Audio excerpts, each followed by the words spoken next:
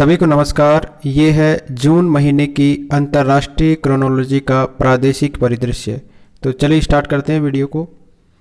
First news है, great Indian bustard का water hole सर्वेक्षण किया गया है।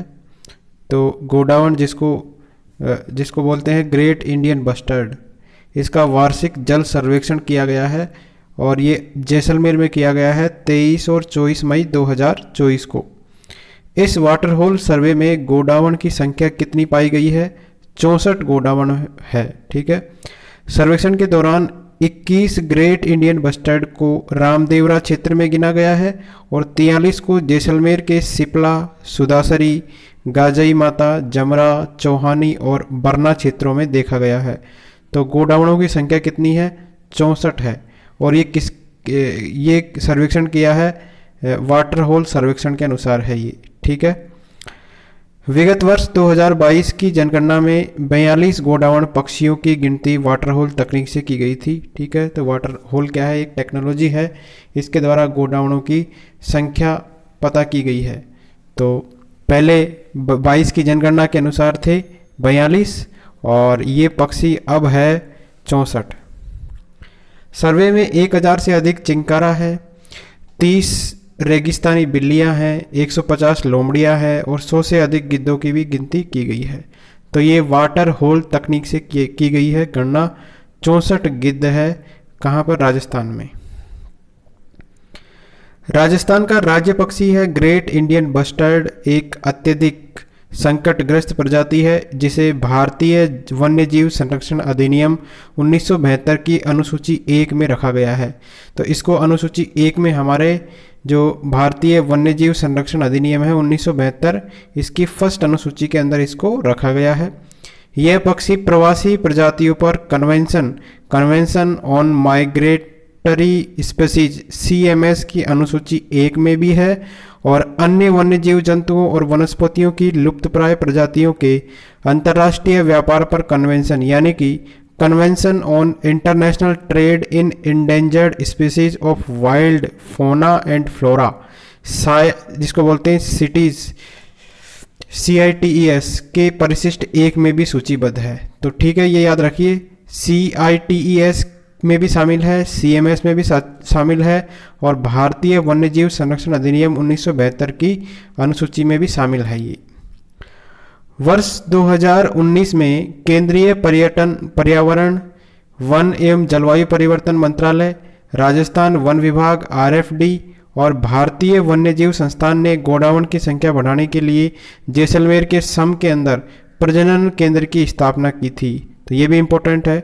गोडावण के प्रजनन केंद्र की स्थापना कहाँ पर की गई है? तो जैसलमेर के सम के अंदर।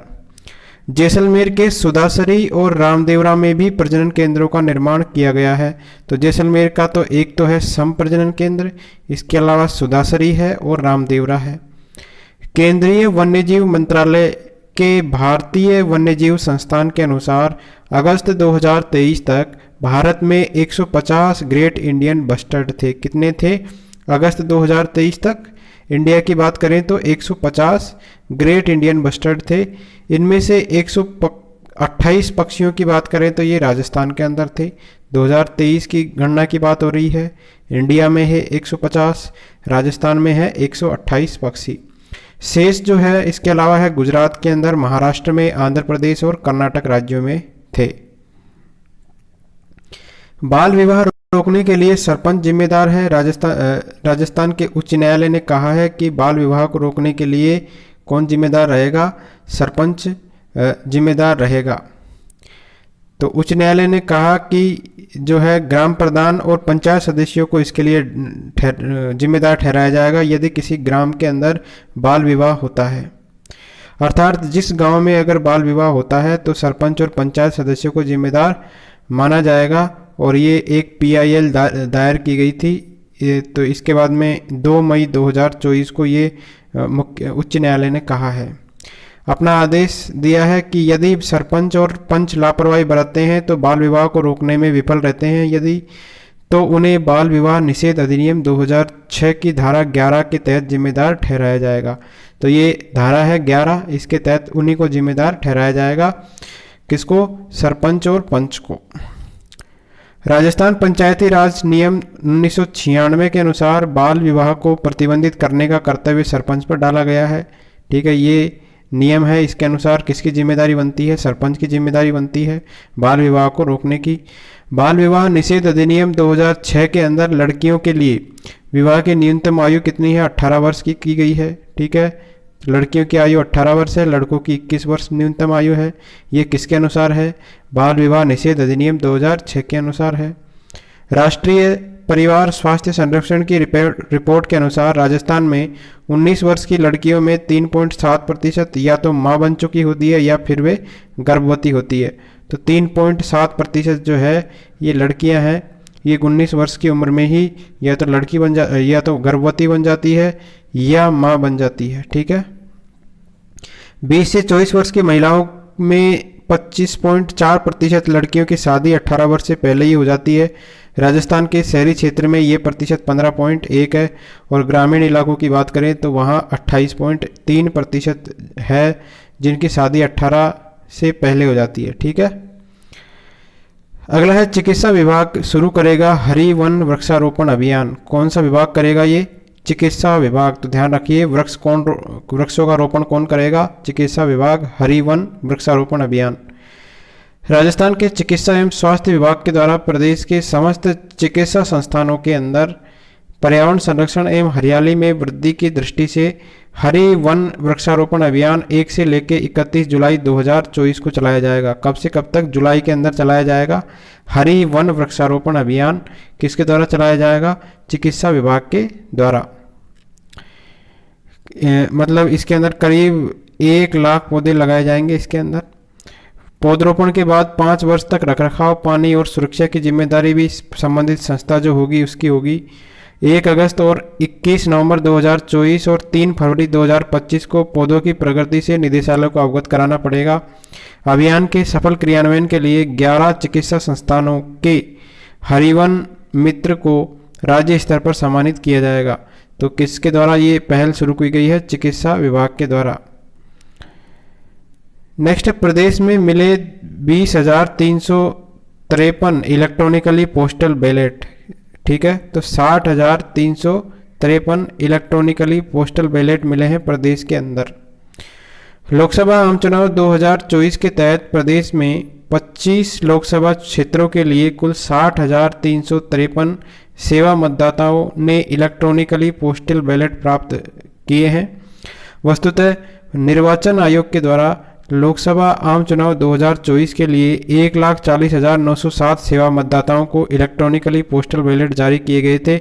उनमें से 1,32,381 मतदाताओं ने इलेक्ट्रॉनिकली पोस्टल बैलेट डाउनलोड किए हैं, जबकि अब तक 60,353 सेवा मतदाताओं के इलेक्ट्रॉनिक पोस्टल बैलेट प्राप्त हुए हैं।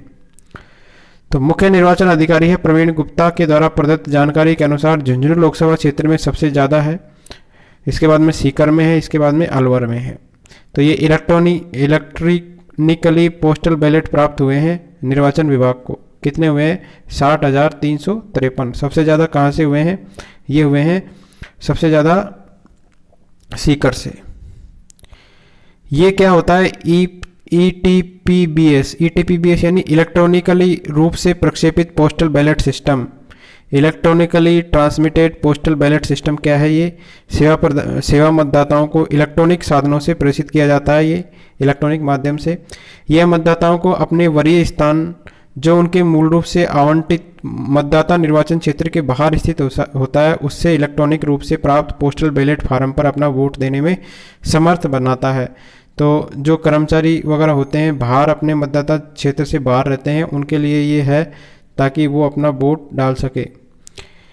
इलेक्ट्रॉनिक सेवा मतदाताओं को ये पोस्टल बैलेट भारत निर्वाचन आयोग के electronically transmitted postal ballot system के द्वारा भेजे जाते हैं। सेवा मतदाताओं के द्वारा अपना मत अंकित करके ये डाक मतपत्र स्पीड पोस्ट से रिटर्निंग अधिकारी को भेजे जाते हैं। तो इसके बाद में ये क्या रिटर्निंग अधिकारी को भेज दिया जाता है वोट देने के बाद में। नेक्स्ट, राजस्थान के मोहम्मद बंधु जो है पद्मश्री से सम्मानित किए गए हैं। कौन किए गए हैं? मोहम्मद बंधु। तो राजस्थान के बीकानेर निवासी है मांड लोक गायक बंधुओं की जोड़ी है अली मोहम्मद और गनी मोहम्मद। इनको पद्मश्री से सम्मानित किया गया है। ठीक है, मोहम्मद बंधु है ये दोनों, अली मोहम्मद और गनी मोहम्मद, बीकानेर के निवासी है ये। मोहम्मद बंधुओं को पद्मश्री सम्मान राष्ट्रपति भवन में आयोजित पद्मश्री सम्मान समारोह में राष्ट्रपति द्रौपदी मुर्मू के द्वारा 9 मई 2024 को प्रदान किया गया है। गणतंत्र दिवस की पूर्व संध्या पर 25 जनवरी 2024 को राष्ट्रपति द्रौपदी मुर्मू ने 2024 के पद्म पुरस्कारों के तहत देश की 132 हस्तियों को पद्म पुरस्कार देने की घोषणा की थी। कितने लोगों को पद्म पुरस्कार दिए जाने थे? 132 को। इस वर्ष के पद्म पुरस्कार के लिए चुनी गई हस्तियों में राजस्थान के 4 लोग थे, ठीक है, तो 4 लोग थे और 3 पद्म पुरस्कार थे। तो 4 लोग कौन कौन थे? बहरूपिया कलाकार जानकी लाल, माया टंडन, ध्रुपद गायक लक्ष्मण भट्ट तेलंग और अली मोहम्मद और गनी मोहम्मद, इनको संयुक्त रूप से ये शामिल है इसके अंदर, ठीक है। नेक्स्ट 85 वर्ष से अधिक उम्र के 57.8% मतदाताओं ने मतदान किया है। कितने लोगों ने मतदान किया है? 85 वर्ष के से अधिक के जितने भी थे उनमें उनका 57.8% ने वोटिंग की है। तो राजस्थान में लोकसभा आम चुनावों के तहत 85 वर्ष से अधिक आयु के 57.8% मतदाताओं ने अपने मताधिकार का प्रयोग किया है। प्रदेश में कुल पंजीकृत 58,659 बुजुर्ग मतदाताओं में से 56,691 ने अपने घर से मतदान किया है, ठीक है। 58,000 में से 56,000 ने किस घर से ही वोटिंग की है। होम वोटिंग के तहत 85 वर्ष से अधिक आयु के 98.30% मतदाताओं ने मतदान किया है। तो होम वोटिंग वालों ने कितना किया है? 98.30% मतदाताओं ने इसमें मतदान किया है। नेक्स्ट है नेम प्रकाशन ने की वर्ष 2024 की राजस्थानी साहित्य पुरस्कारों की घोषणा किसने की है? नेम प्रकाशन के द्वारा की गई है और ये की गई है राजस्थानी साहित्य पुरस्कारों की घोषणा। नेम प्रकाशन ये डेह नागौर का है। इसके द्वारा वर्ष 2024 के राजस्थानी भाषा साहित्य पुरस्कार की घोषणा अप्रैल में की गई है। 28 राजस्थानी साहित्यकारों को अलग अलग विधाओं में और लेखन व भाषा साहित्य संस्कृति के क्षेत्र में उत्कृष्ट सेवाओं के लिए सम्मानित किया जाएगा। तो ये सम्मान है, ठीक है, राजस्थानी साहित्य पुरस्कार 28 लोगों को ये दिया जाएगा, जो भी राजस्थानी साहित्यकार है उनको। रूपचंद समदड़िया स्मृति राजस्थानी भाषा सेवा शिखर सम्मान 6.5 दशकों में श्रेष्ठ साहित्य सेवा के लिए प्रोफेसर जहूर खां मेहर जोधपुर को प्रदान किया जाएगा। तो इम्पोर्टेंट है, इनका नाम याद रखिएगा, प्रोफेसर जहूर खां मेहर जोधपुर, इनको दिया जाएगा रूपचंद्र समदड़िया स्मृति राजस्थानी भाषा सेवा शिखर सम्मान। राजस्थानी भाषा साहित्य पुरस्कार समारोह का आयोजन अखिल भारतीय राजस्थानी भाषा मान्यता संघर्ष समिति का नेम प्रकाशन के संयुक्त तत्वाधान में डेह नागौर में जून 2024 में किया जाएगा। तो इसका आयोजन कब किया जाएगा? जून 2024 में। पुरस्कार राशि की बात करें तो रूपचंद्र समदड़िया जो पुरस्कार है इसमें 51,000 की राशि दी जाएगी और शेष सभी 27 जो होंगे उनको 11,000 रुपये की नकद राशि पुरस्कार प्रदान की जाएगी। नेक्स्ट केवलादेव से 500 चीतल मुकंदरा और रामगढ़ विस्तारी टाइगर रिजर्व में शिफ्ट किए गए हैं, ठीक है। केवलादेव से शिफ्ट किए गए हैं कहाँ पर? मुकुंदरा हिल्स में और रामगढ़ विस्तारी टाइगर रिजर्व के अंदर। कितने? 500 चीतल। तो भरतपुर के केवलादेव राष्ट्रीय पक्षी उद्यान में से मुकुंदरा एवं रामगढ़ विस्तारी टाइगर रिजर्व के अंदर चीतलों को शिफ्ट किया जा रहा है। अब तक घना से 500 चीतलों को शिफ्ट किया जा चुका है, जबकि अभी 300 चीतल और शिफ्ट किए जाने हैं अभी तक। तो इनमें 350 चीतल मुकुंदरा टाइगर रिजर्व में शिफ्ट हुए हैं और 150 चीतल रामगढ़ विस्तारी टाइगर रिजर्व में भेजे जा चुके हैं। वस्तुतः केवलादेव राष्ट्रीय पक्षी उद्यान से कुल 800 चीतलों को भेजना है, ठीक है। 3 राष्ट्रीय उद्यानों में शिफ्ट किया जाना है। कौन कौन सा है? मुकुंदरा में शिफ्ट किए जाएंगे 500, रामगढ़ विस्तारी में 150 और केवलादेवी टाइगर रिजर्व में 150 चीतल शिफ्ट किए जाएंगे। अब ये जो टेक्निक है जिससे ये शिफ्ट किए जा रहे हैं चीतल, ये टेक्निक है अफ्रीकी तकनीक है बोमा, इससे शिफ्ट किया जा रहा है, ठीक है। तो इससे अभी तक एक भी चीतल को हानि नहीं पहुंची है। ये बोमा तकनीक क्या है? अफ्रीका की है ये बोमा तकनीक, जिसके द्वारा शिफ्ट किया जा रहा है। उद्यान के अंदर झाड़ियों से ढककर पेड़ों के बीच और जलाशयों के पास एक बाड़े तैयार किए जाते हैं, जिनमें चीतलों के लिए चारे की व्यवस्था की जाती है। चीतल धीरे धीरे इनमें आते रहते हैं। आखिरी बाड़े में एक छोटा दरवाज़ा बनाया गया है, जिस पर रात को पिंजरे वाला ट्रक खड़ा कर दिया जाता है। ट्रक के अंदर भी चारा और झाड़ियाँ लगाई जाती है। इससे चीतल उसमें चढ़ जाते हैं और उनकी आसानी से शिफ्टिंग कर दी जाती है। ठीक है, तो बाड़ा बनाया जाता है। बाड़े में झाड़ियाँ वगैरह लगाई जाती है और उनके लिए चारा रखा जाता है, ताकि जब चीतल आए इसके बाद में वो वहाँ से निकलने के लिए एक छोटा सा दरवाज़ा रहता है, वहीं पर ट्रक खड़े रहते हैं पिंजरों से बने हुए, और उसमें वो चले जाते हैं। नेक्स्ट है Arijit Banerjee head of forest नियुक्त किए गए हैं। तो भारतीय वन सेवा के अधिकारी है अरिजीत बनर्जी, राजस्थान के हेड ऑफ फॉरेस्ट यानी फोर्स ऑफ बनाए गए हैं। बनर्जी ने इस पद पर मुनीष गर्ग का स्थान लिया है। ठीक है, तो हेड ऑफ फॉरेस्ट कौन नियुक्त हुए हैं? अरिजीत बनर्जी। कार्मिक विभाग ने बनर्जी के प्रमोशन के आदेश 27 मई को जारी किए हैं। अक्टूबर 2026 तक इस पद पर रहेंगे ये। इनका नाम है अरिजीत बनर्जी। नेक्स्ट, ये 1991 बैच के राजस्थान कैडर के आईएफएस है। राजस्थान की पूर्व उप मुख्यमंत्री डॉक्टर कमला बेनीवाल जी का निधन हो गया है। ठीक है, तो राजस्थान की पूर्व उप मुख्यमंत्री एवं त्रिपुरा, गुजरात और मिजोरम की पूर्व राज्यपाल भी रह चुकी है। प्रदेश कांग्रेस की वरिष्ठ नेता थी डॉक्टर कमला बेनीवाल। इनका 97 वर्ष की आयु के अंदर 15 मई को निधन हो गया।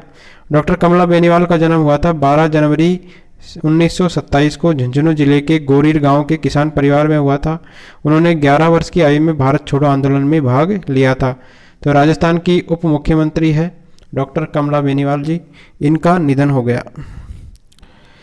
27 साल की उम्र में 1954 में पहला चुनाव आमेर विधानसभा सीट से उपचुनाव था, ये जीता था और सरकार में मंत्री बनी थी ये। ठीक है, 27 साल की उम्र के अंदर ही बन गई थी ये 1954 में। फिर 1962, 80, 85, 93, 1998 में बैराठ विधानसभा क्षेत्र एवं 1972 में दूदू विधानसभा क्षेत्र से विधायक निर्वाचित रही थी। 1980-90 में सरकार में कैबिनेट मंत्री भी रही है। 2003 में कमला बेनीवाल राजस्थान की उप मुख्यमंत्री बनी थी। ठीक है, तो ये इंपॉर्टेंट है। 2003 में बनी थी कमला बेनीवाल उप मुख्यमंत्री राजस्थान की। 2003 में विधानसभा चुनाव में हार के कारण चुनाव नहीं लड़ा था। डॉक्टर कमला को वर्ष 2009 में त्रिपुरा का राज्यपाल नियुक्त किया गया था। ठीक है, पूर्वोत्तर भारत के किसी भी राज्य की पहली महिला राज्यपाल भी थी ये। तो ये भी याद रखिए कि पूर्वोत्तर भारत के किसी भी राज्य की पहली महिला राज्यपाल का नाम क्या है? तो डॉक्टर कमला बेनीवाल। 27 नवंबर 2009 से लेकर 6 जुलाई 2014 के दौरान गुजरात की राज्यपाल भी रही है ये। ठीक है, 2009 से 14 तक ये क्या रही है? गुजरात की राज्यपाल रही। मिजोरम की राज्यपाल रही है 14 में ही। ठीक है, 1994-95 में इफ्को के द्वारा प्रदत्त भारत का सर्वश्रेष्ठ सहकारी पुरस्कार भी इनको प्रदान किया जा चुका है। तो ये डिटेल याद रखनी है कमला बेनीवाल के बारे में। ये राजस्थान की पूर्व उप मुख्यमंत्री बनी 2003 में। विधानसभा अध्यक्ष देवनानी ने किया विधानसभा की 15 समितियों का गठन किया है। तो 15 समितियों की घोषणा की है 17 मई 2024 को। विधानसभा के कार्य संचालन के लिए 21 समितियों का भी गठन किया गया है। ठीक है, इस बार अभी तक 19 समितियों का ही गठन किया गया है। कितनी समितियों का? 19 समितियों का गठन किया गया है। विधानसभा अध्यक्ष के द्वारा वर्तमान में गठित की गई 15 समितियों से पहले 4 समितियों जनलेखा समिति है, प्राक्कलन समिति है क, प्राक्कलन समिति ख, राजकीय उपक्रम समिति 17 अप्रैल 2024 को इनको गठन कर दिया गया था। तो 4 तो पहले ही कर दी गई थी और 15 जो है इनका गठन किया गया है। 17 इनकी घोषणा की गई है 17 मई को। तो 19 समितियां हैं और उनके अध्यक्ष कौन कौन है ये आपको याद रखने हैं। नियम समिति के अध्यक्ष है वासुदेव देवनानी। सदाचार समिति के हैं हरीश चौधरी जी। स्थानीय निकाय और पंचायती राज संस्थाओं से संबंधित समिति के अध्यक्ष है हरी सिंह रावत। इसके बाद में है विशेषाधिकार समिति के अध्यक्ष है पुष्पेंद्र सिंह। अधीनस्थ विधान संबंधी समिति के अध्यक्ष है अनीता भदेल। ठीक है, तो ये इम्पोर्टेंट है। इसके बाद में याचिका समिति के अध्यक्ष है हमीर सिंह भायल। सरकारी आश्वासनों से संबंधित समिति के अध्यक्ष है जितेंद्र सिंह गोटवाल। प्रश्न एवं संदर्भ समिति के अध्यक्ष है संदीप शर्मा जी। पर्यावरण संबंधी समिति के अध्यक्ष है दयाराम परमार। पुस्तकालय समिति के हैं सुरेंद्र सिंह राठौड़। महिलाओं एवं बच्चों के, ये भी इम्पोर्टेंट है, महिलाओं एवं बालकों के कल्याण से संबंधित समिति के अध्यक्ष है शोभा चौहान। पिछड़ा वर्ग के कल्याण संबंधी समिति के अध्यक्ष है केसाराम चौधरी जी। अनुसूचित जाति कल्याण समिति के अध्यक्ष है डॉक्टर विश्वनाथ मेघवाल जी। इसके बाद में अनुसूचित जनजाति कल्याण समिति के अध्यक्ष है फूल सिंह मीणा। अल्पसंख्यकों के कल्याण संबंधी समिति के अध्यक्ष है पब्बाराम बिश्नोई। अब ये 4 समिति वो है जो पहले गठित की जा चुकी है, तो ये भी इम्पोर्टेंट है। जनलेखा समिति के जो अध्यक्ष है वो है टीकाराम जूली, नेता प्रतिपक्ष है। प्राक्कलन समिति की के है अर्जुन लाल जीनगर। प्राक्कलन समिति के है श्रीचंद कृपलानी। और सरकारी उपक्रम समिति के अध्यक्ष है कालीचरण सर्राफ। नेक्स्ट, राजस्थान ने किया नदी परिवहन की राज्य स्तरीय समिति का गठन। तो नदी परिवहन की राज्य स्तरीय एक कमेटी, इसका गठन किया गया है राजस्थान ने। तो गुजरात में कच्छ के रण से राजस्थान के बाड़मेर जिले तक वाटरवे बनाने को लेकर राजस्थान सरकार ने केंद्र सरकार के निर्देश के बाद नदी परिवहन को राज्य स्तरीय समिति का गठन किया गया है। ठीक है, तो नदी परिवहन की राज्य स्तरीय कमेटी का गठन किया गया है राजस्थान के द्वारा। केंद्र सरकार के ministry of port shipping and waterway ने 22 अप्रैल 2024 को पत्र लिखकर कमेटी गठन के निर्देश दिए थे। तो नदी परिवहन की राज्य स्तरीय समिति का अध्यक्ष जल संसाधन विभाग के अतिरिक्त मुख्य सचिव है अभय कुमार जी, इनको बनाया गया है। तो ये याद रखिए, अभय कुमार इनको बनाया गया है इसका अध्यक्ष। गुजरात से राजस्थान को यह वाटरवे लगभग 490 किलोमीटर लंबा होगा। वाटरवे के बारे में है ये डिटेल। गुजरात से राजस्थान तक होगा ये और 490 किलोमीटर लंबा होगा। कच्छ का रण से लेकर बाड़मेर तक बनने वाले वाटरवे की चौड़ाई करीब 100 मीटर तक रखी जा सकती है। चौड़ाई रहेगी इसकी 100 मीटर की, लंबाई रहेगी 490 मीटर की और गहराई इसकी रहेगी 4 मीटर तक। इस वाटरवेज में 3000 टन क्षमता के कार्गो शिप यानी वेसल्स ये चल सकेंगे। इसके लाभ क्या है? इसके जरिए सामान का जो आवागमन है वो सड़क मार्ग के मुकाबले सस्ता रहेगा। ये जो वाटरवे बनेगा इसके माध्यम से क्या है, 490 किलोमीटर लंबा रहेगा ये गुजरात के रण से लेके बाड़मेर तक। तो आवागमन सुलभ हो जाएगा। आवागमन जो सामान है, ट्रांसपोर्ट है, वो सस्ता पड़ेगा इससे। वाटरवे में वेसल्स के जरिए राजस्थान से 2.5 मिलियन टन तक एक्सपोर्ट हो सकेगा। ठीक है, इसके बनने के बाद पर्यटन के साथ ही स्थानीय लोगों को रोजगार के अवसर भी मिलेंगे। उल्लेखनीय है कि प्रदेश की पिछली भाजपा सरकार ने ही वर्ष 2016-17 में वाटरवे को लेकर एक प्रारंभिक रिपोर्ट तैयार की थी। नेक्स्ट है, स्काडा सिस्टम से जुड़ेंगे प्रदेश के बांध और नदियां। ठीक है, स्काडा का फुल फॉर्म है supervisory control and data acquisition system. तो जो भी नदियां हैं, प्रमुख नदियां और बांध है, इनको स्काडा सिस्टम से जोड़ा जाएगा। मार्च 2024 तक की थी, इसको सितंबर 2025 तक के लिए बढ़ा दिया गया है। ये क्या परियोजना है? ये परियोजना केंद्र सरकार के जल शक्ति मंत्रालय, जल संसाधन, नदी विकास और गंगा संरक्षण विभाग की ओर से वित्त पोषित है और केंद्र सरकार से अनुदानित इस परियोजना की कुल लागत है 134.58 करोड़ रुपए। राजस्थान की स्थिति की बात करें तो अब तक इस परियोजना का कार्यक्षेत्र पूरे राज्य में है। इसके तहत बीसलपुर है, माही, गुडा, जवाई बांध स्काडा सिस्टम से जुड़ गए हैं। तो ये बांध तो अभी जुड़ गए हैं, बीसलपुर, माही, गुडा और जवाई बांध। इस परियोजना में चंबल नदी के तीनों बांध जो है, कोटा बैराज, राणा प्रताप सागर बांध और जवाहर सागर बांध भी इसके अंदर शामिल किए गए हैं। कोटा बैराज, पार्वती बांध, धौलपुर, छापी बांध, झालावाड़, सोम कमला, अम्बा बांध, डूंगरपुर, इस पर स्काडा सिस्टम स्थापित करना अभी प्रक्रिया के अंदर है और जो उपयुक्त ऊपर दिए गए हैं उन पर कार्य पूरा हो चुका है। बीसलपुर हुआ, माही हुआ, गुडा हुआ, जवाई बांध हुआ। नर्मदा नहर परियोजना सांचौर, गंग नहर और भाखड़ा नहर श्री गंगानगर, हनुमानगढ़ की नहरों पर पारदर्शी जल के लिए स्काडा सिस्टम स्थापित किया जा रहा है। स्काडा सिस्टम क्या होता है? स्काडा यानी supervisory control and data acquisition system. यह प्रणाली जो है हार्डवेयर और सॉफ्टवेयर का एक संयोजन है जो ऑपरेशनल टेक्नोलॉजी वास्तविक समय में डेटा को कैप्चर करके औद्योगिक प्रक्रिया स्वचालन को सक्षम बनाता है। ठीक है, तो ये जो जल स्तर है, जल के प्रवाह की रेट है, वो रियल टाइम में मॉनिटर करता है और ऑपरेशन के लिए जैसे पानी का वितरण करना है तो उसको सुगम बनाता है। स्काडा सिस्टम बांधों में पानी की आवक पर निगरानी रखने और बाढ़ नियंत्रण के लिए ये उपयोगी होता है। नेक्स्ट, डीग जिले के बहज में मिले महाभारत और शुंगकालीन अवशेष। कहाँ पर मिले हैं ये? डीग जिले के बहज के अंदर मिले हैं महाभारत और शुंग काल के अवशेष। तो भारतीय पुरातत्व संरक्षण जो है archaeological survey of India ASI को प्रदेश के डीग जिले के बहज गांव के अंदर उत्खनन के दौरान कुषाण कालीन, शुंग कालीन, मौर्य कालीन, महाजनपद कालीन और महाभारत कालीन अवशेष प्राप्त हुए हैं। तो याद रखिए बहुत पुराने अवशेष प्राप्त हुए हैं डीग जिले के बहज में। बहज गांव में टीले की खुदाई के दौरान ASI को 2.5 हजार वर्ष पुराना, ठीक है, तो 2,500 वर्ष पुराना है, यज्ञ कुंड मिला है, धातु के औजार मिले हैं, सिक्कों के साथ मौर्यकालीन मातृ देवी का सिर भी मिला है। इसके अलावा यहाँ से शुंगकालीन अश्विनी कुमारों की मूर्ति, फलक और अस्थियों से निर्मित उपकरण और महाभारत कालीन माने जाने वाले मिट्टी के बर्तनों के टुकड़े भी मिले हैं। तो महाभारत कालीन तो मिट्टी के बर्तन के टुकड़े मिले हैं इनको, शुंगकालीन अश्विनी कुमार की मूर्ति और अस्थियों से निर्मित उपकरण मिले हैं, मौर्य काल की जो है मातृ देवी का सिर मिला है, ठीक है। तो इस तरीके से मिले हैं ये। अश्विनी कुमारों का नाम महाभारत में दस्त्र और नासत्य था।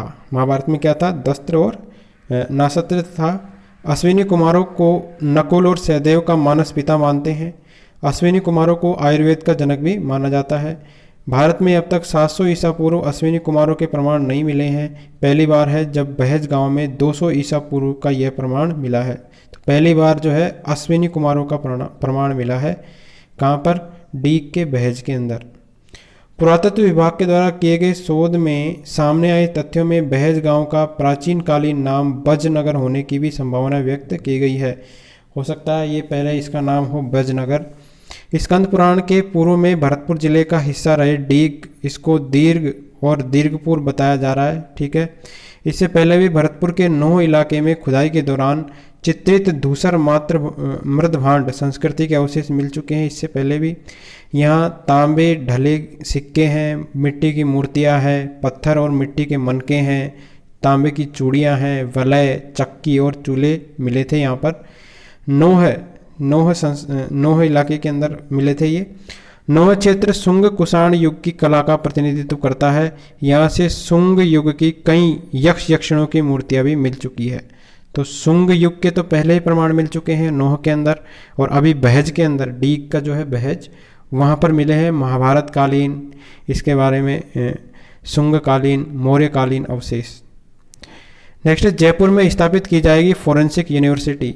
तो जयपुर के अंदर राजस्थान में फोरेंसिक साइंस यूनिवर्सिटी की स्थापना की जाएगी जयपुर के अंदर, और इस यूनिवर्सिटी का निर्माण 100 एकड़ ज़मीन के अंदर किया जाएगा, ठीक है। तो फोरेंसिक यूनिवर्सिटी कहाँ बनेगी?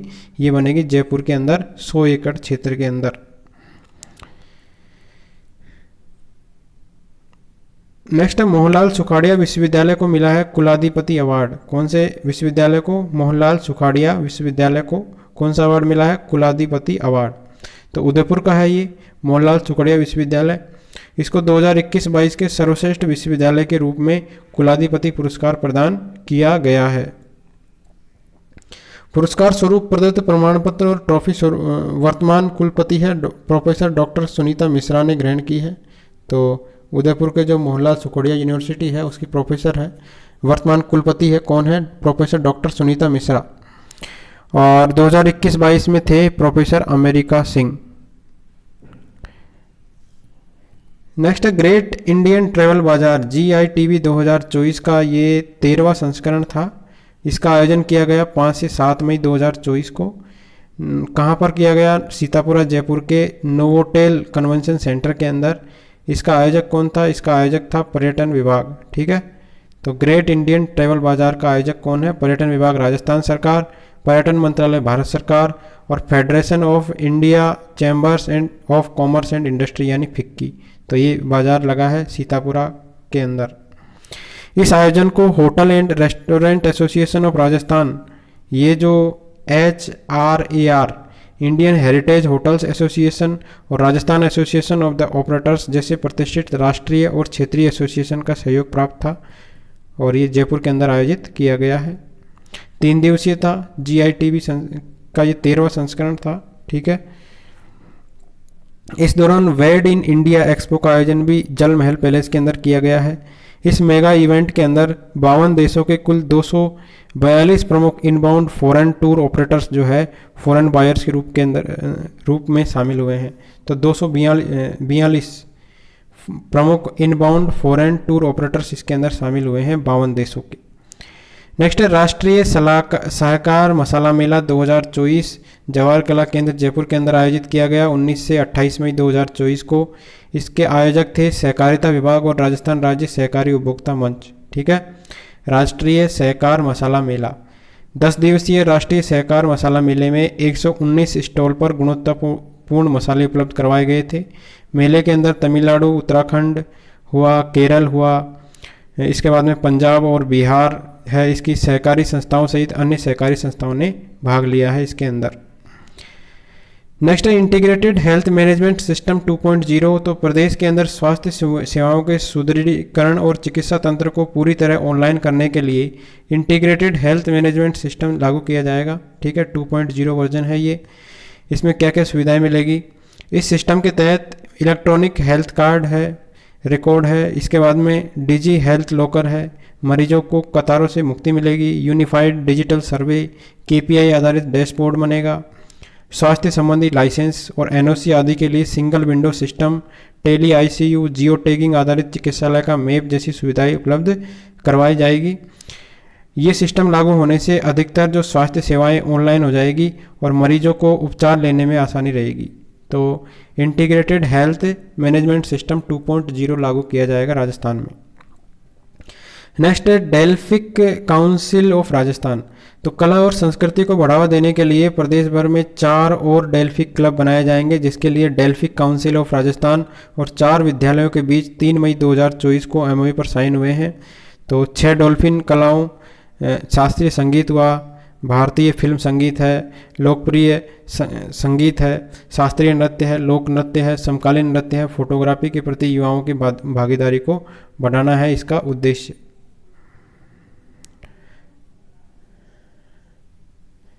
डेल्फिन काउंसिल ऑफ राजस्थान ये क्या है? भारतीय डेल्फिन काउंसिल ऑफ और अंतर्राष्ट्रीय डेल्फिन काउंसिल का एक हिस्सा है ये, जो राजस्थान का है, जो एक गैर सरकारी और गैर लाभकारी वैश्विक संगठन है। ये डीसीआर क्षेत्रीय जो संस्कृति होती है, परंपराएं होती है, लोक और विरासत के संरक्षण और उत्सव मनाने के लिए समर्पित है डीसीआर। ठीक है, तो डीसीआर याद रखिए। नेक्स्ट है केवलादेव घना के अंदर वन्यजीव गणना की गई है। तो राजस्थान का पूर्वी द्वार है, भरतपुर में स्थित पक्षियों का विख्यात है केवलादेव नेशनल पार्क। कहाँ पर स्थित है? भरतपुर के अंदर, और पक्षियों के लिए विख्यात है ये। वन्यजीव गणना की गई 2023 से 24 मई 2024 को। केवलादेव नेशनल पार्क में एक तो लेपर्ड पाया गया है, 450 जैकॉल है, हाइना लगभग है 30, डॉग डियर है लगभग 9, जंगली सुअर है 80 से अधिक, सेही 20 से अधिक है, नीलगाय लगभग 650 है, 15 सांभर इसकी मौजूदगी का पता लगा है भरतपुर के अंदर, केवलादेव जो है उसके अंदर, केवलादेव नेशनल पार्क के अंदर। 29 वर्ग किलोमीटर में फैला है। इसमें 370 मोर है और 70 ग्रेटर फ्लेमिंगो भी दिखाई दिए हैं।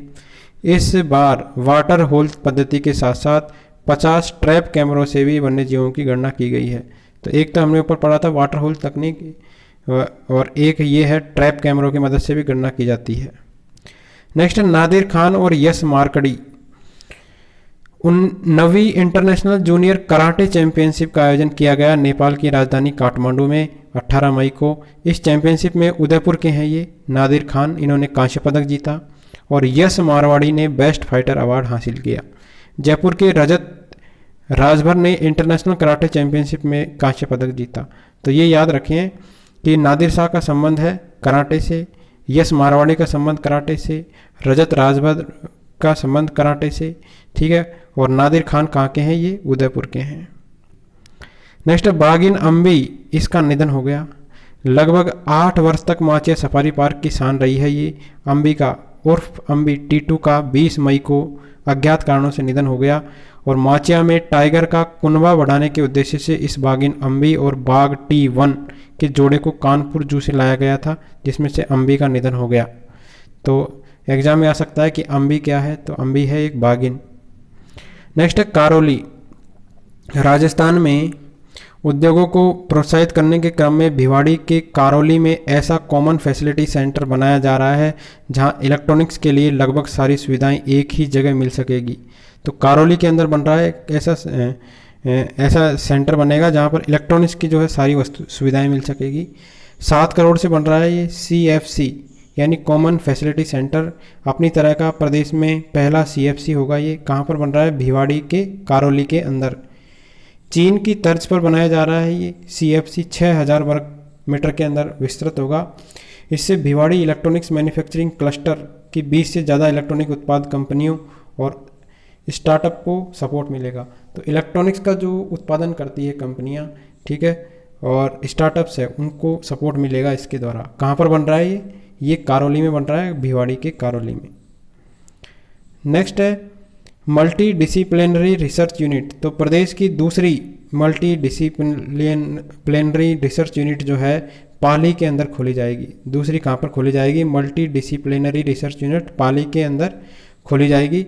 और नई दिल्ली के द्वारा कॉलेज को 5 करोड़ रुपए इसके लिए स्वीकृत किए गए हैं। पाली मेडिकल कॉलेज में MDRU का पूरा सेटअप तैयार करने के बाद यहाँ पर silicosis, depression, diabetes, menstrual hygiene और थायराइड डिसऑर्डर सहित 9 प्रमुख बीमारियों पर रिसर्च हो सकेगी।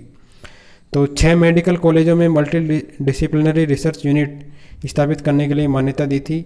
इनमें प्रदेश के झालावाड़ और पाली मेडिकल कॉलेज में इसे स्थापित करना शामिल है। तो प्रदेश में कहाँ पर होगा ये? एक तो झालावाड़ में और एक पाली के अंदर। नेक्स्ट है बंटी जांगिड़। चूरू जिले के गांव थिरपाली बड़ी निवासी है, 22 वर्ष के हैं, दिव्यांग खिलाड़ी है बंटी जांगिड़। इन्होंने world para athletics grand prix 2024 में कांस्य पदक जीता है।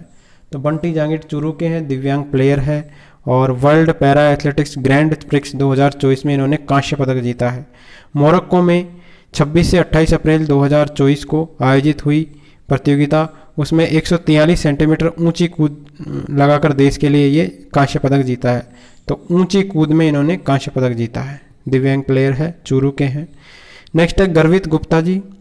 खेड़ली अलवर के कक्षा 10 के 14 वर्षीय छात्र है गर्वित गुप्ता का IRSD inter disciplinary research sustainable development के प्रतिष्ठित यंग अचीवर अवार्ड 2024 समारोह के लिए चयन किया गया है। तो खेड़ली के निवासी है गर्वित गुप्ता। कार्यक्रम में भाग लेने वाले इतनी कम उम्र के इकलौते प्रतिभागी है। कार्यक्रम का आयोजन ग्रीन थिंकरजेड और International Institute of Organized Research सहित वेस्टर्न सिडनी यूनिवर्सिटी ऑस्ट्रेलिया के सहयोग से 30 मई 2024 को दिल्ली की जामिया हमदर्द यूनिवर्सिटी में किया गया है और हमारे राजस्थान के हैं, गर्वित गुप्ता का चयन हुआ है इसमें। नेक्स्ट है राम मंदिर की प्रतिकृति गोल्डन बुक ऑफ रिकॉर्ड में आई है ये राम मंदिर की प्रतिकृति। तो 35 गुणा 30 फीट ऊंची बनाई गई प्रतिकृति को golden book of world record के अंदर दर्ज किया गया है। ठीक है, 35 × 30 फीट ऊंचाई की बनाई गई है राम मंदिर की प्रतिकृति। ग्रेटर निगम की ओर से जयपुर के अल्बर्ट हॉल में 22 जनवरी 2024 को आयोजित रामोत्सव कार्यक्रम के तहत अयोध्या के राम मंदिर की ये प्रतिकृति बनाई गई थी। इस उपलब्धि के लिए नगर निगम ग्रेटर महापौर है डॉक्टर सौम्या गुर्जर, इनको golden book of world record से नवाजा गया है। ठीक है, तो ये प्रतिकृति है अयोध्या के राम मंदिर की। इसके लिए नगर निगम ग्रेटर की महापौर है डॉक्टर सौम्या गुर्जर को golden book of world record से नवाजा गया है।